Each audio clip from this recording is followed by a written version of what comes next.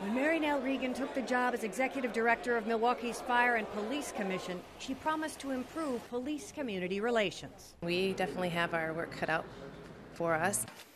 Now, 12 News uncovers internal police documents that challenge the independence of the commission's director. She told me I should drop the investigation or I would likely be sued. Milwaukee's police chief says the head of the agency that oversees officer discipline told him to stop a disciplinary investigation into one of his command staffers, a command staffer with whom she had a personal relationship. I was quite honestly stunned. The investigation began last year when Captain Johnny Scrignoli showed up at the mayor's security office to review surveillance video of cars coming and going from the City Hall's parking garage. Records show when questioned, Scrignoli's story repeatedly changed. First, he said he was helping a friend who thought his wife was having an affair. Then he said, I was looking for my wife and potentially a man I know.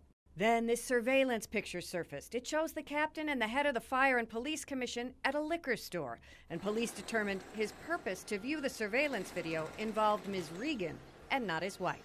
Certainly concerning that, the executive director and somebody who's the subject of discipline have a personal connection. Internal records say investigators staked out his home for the purpose of confirming Captain Scrignoli was in a relationship with Regan. They never found her there. Still, says Flynn, she repeatedly asked him to halt the investigation. I heard from her a couple of more times on this matter, and I counsel her strongly to stay out of it for obvious conflict of interest reasons. Regan is currently overseeing the search for a new chief. 12 News questioned her at a public meeting. He says that you told him to stop the investigation into Captain Scrignoli or you would sue him. No, I found out that the police department was investigating me, and I pointed out to the chief that would be inappropriate, and I asked him to stop investigating me. So are you saying the chief is lying? If he said that I asked him to stop the investigation into Captain Scrignoli, yes, he is. Regan even asked her boss, the mayor, to intervene. I called the chief, and he assured me that they were not investigating her personal life. He said that she told him to stop the investigation into Captain Scrignoli or she would sue.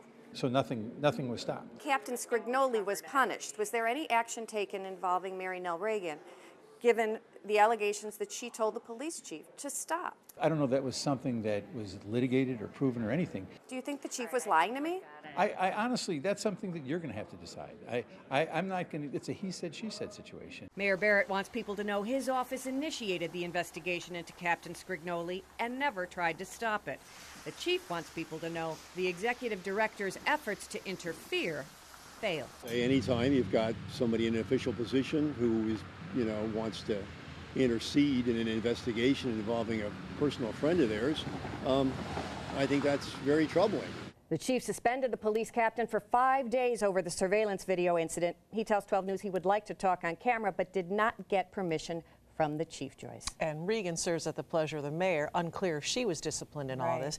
Pretty powerful stuff, especially given that this is Chief Flynn's last week on the job. Yeah, and that is not lost on City Hall. After her interview, Regan sent this statement, quote, I am extremely disappointed at Mr. Flynn's final attack, both personal and professional, against the city's Fire and Police Commission and myself.